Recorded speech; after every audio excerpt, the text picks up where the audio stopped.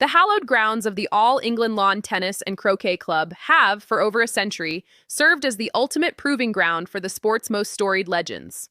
Every summer, the pristine grass of Wimbledon becomes a stage where reputations are forged, where icons solidify their legacies, and where the hierarchy of the tennis world is often challenged by those with nothing to lose. Usually, the headlines are reserved for the perennial champions, the top five superstars who march through the draw with an air of inevitability. But as the 2024 championships unfolded, the most compelling narrative didn't emerge from the established elite. Instead, it was written by a young Filipina athlete whose journey through the second round became a masterclass in the very essence of competitive sports, the refusal to surrender. Alex Eala entered this match not just facing a formidable opponent, but carrying the weight of a nation's expectations and the lingering shadows of her own recent history. On the other side of the net stood Maya Joint, an Australian rising star who had become one of the most talked-about prospects on the WTA Tour. This wasn't merely a contest of skill, it was a collision of two distinct trajectories. Joint had arrived at Wimbledon riding a wave of immense confidence, her recent ascent through the rankings fueled by a brand of tennis that was as fearless as it was effective. For Eala, this was more than a match. It was a test of whether she could bridge the gap between being a promising talent and a Tier 1 competitor capable of weathering a storm on the biggest stage in the world. The atmosphere surrounding the encounter was charged with a specific kind of tension, rooted in a previous meeting between these two just weeks earlier at Eastbourne. That match had been a grueling, emotional seesaw that ultimately ended in heartbreak for the Filipina. For many observers, that defeat was a harbinger of things to come. As the two stepped onto the court at Wimbledon, the digital landscape was already buzzing with the cynical predictability of social media. The consensus among many fans and pundits was that history was destined to repeat itself. Maya Joint's aggressive baseline game seemed perfectly suited for the quick-firing grass courts, and there was a prevailing sense that Eala might once again fall just short when the pressure reached its boiling point. From the opening toss, it appeared as though the skeptics were right. Maya Joint didn't just start the match, she ignited it. The Australian youngster played with a level of clinical aggression that left Eala and the crowd breathless. Joint's strategy was transparent but devastatingly executed. Take the ball early, dictate the pace, and never allow Eala a moment to settle into a rhythm. Every short ball was punished. Every baseline exchange was controlled by Joint's explosive forehand and a backhand that consistently found the deepest corners of the court.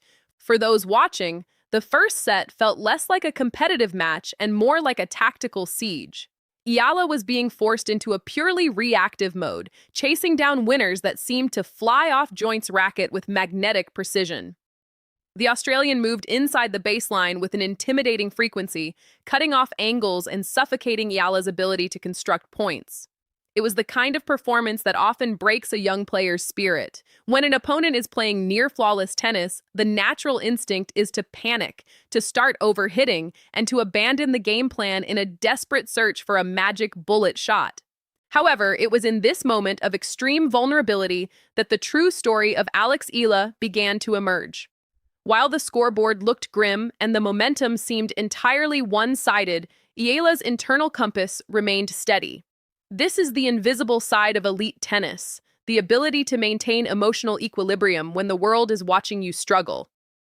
Eala didn't scream at her box, she didn't throw her racket in frustration. Instead, she retreated into a space of quiet, intense observation. Between points, she walked calmly to the baseline. She took her time with her service routine. She was, quite literally, weathering the storm. Experienced tennis analysts often look for the micro-adjustments that signal a shift in a match's DNA. While Maya Joint was still striking the cleaner winners, Eala was quietly gathering data. She was beginning to decode the patterns of Joint's aggression. She noticed the slight tells in Joint's ball toss, the specific situations where the Australian took the most risk, and the defensive gaps that opened up when Joint was forced to hit on the run. It was a slow, methodical process of intellectualizing the crisis. As the match progressed, Eala's movement, which had looked slightly defensive in the opening games, began to sharpen.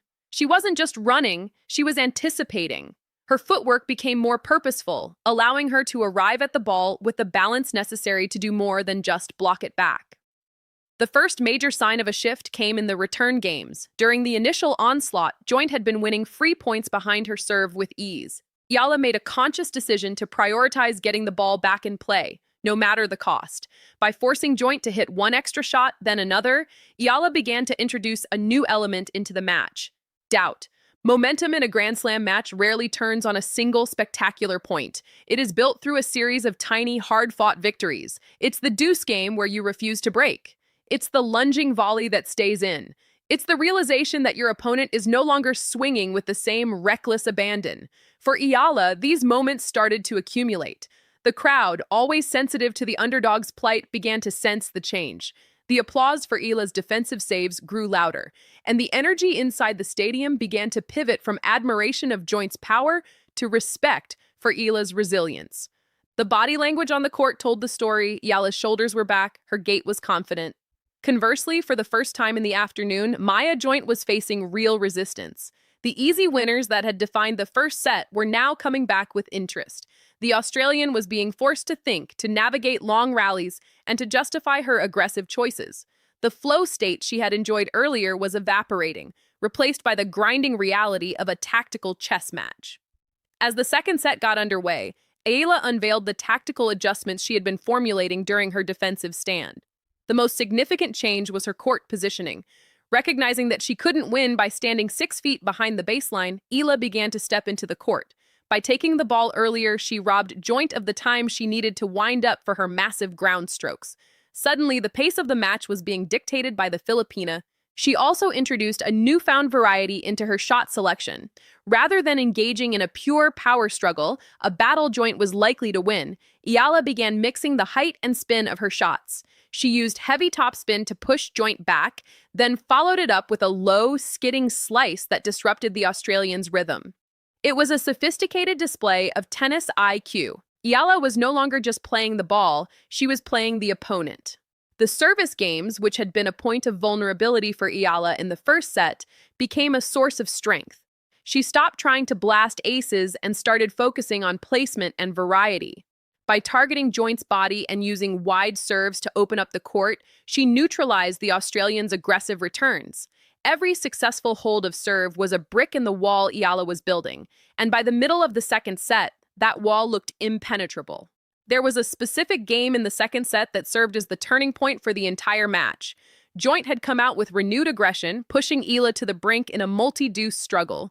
Twice it looked as though Joint would secure the break and re-establish her dominance. But Eala produced a sequence of tennis that defied the odds. She tracked down 2 certain winners, flicking a cross-court backhand that caught the line by a fraction of an inch, and followed it with a clinical forehand winner. When she finally held serve, the roar from the stands was deafening. It was the moment the match officially changed hands. For Maya Joint, the frustration was beginning to manifest in small, uncharacteristic errors. A forehand that would have been a winner 30 minutes ago now clipped the tape. A backhand return sailed just long. These weren't bad mistakes, but they were the mistakes of a player who realized the easy part of the match was over. The psychological advantage had swung toward Eala, and the Filipina was not about to let it go. Eala's performance in the closing stages of the second set was a testament to her growth as a professional. She played with a maturity that belied her years, refusing to rush her points or take unnecessary risks. She trusted her patterns and her fitness. When the final point of the second set was played, Eala's reaction was telling. There was no wild celebration, no collapse to the grass. She simply clenched her fist and looked toward her coaching team. It was the look of a player who knew the job was only half finished. The transition into the third set was a study in psychological momentum. Only an hour prior, the narrative had been one of an inevitable defeat for the Filipina. Now, as the players prepared for the decider, the roles had been completely reversed. Alex Eala was the one asking the questions, and Maya Joint was the one searching for answers. The young Filipina who refused to quit had transformed a one-sided blowout into one of the most compelling spectacles of the tournament's opening week. As they stood at the baseline to begin the final set, the air at Wimbledon felt different.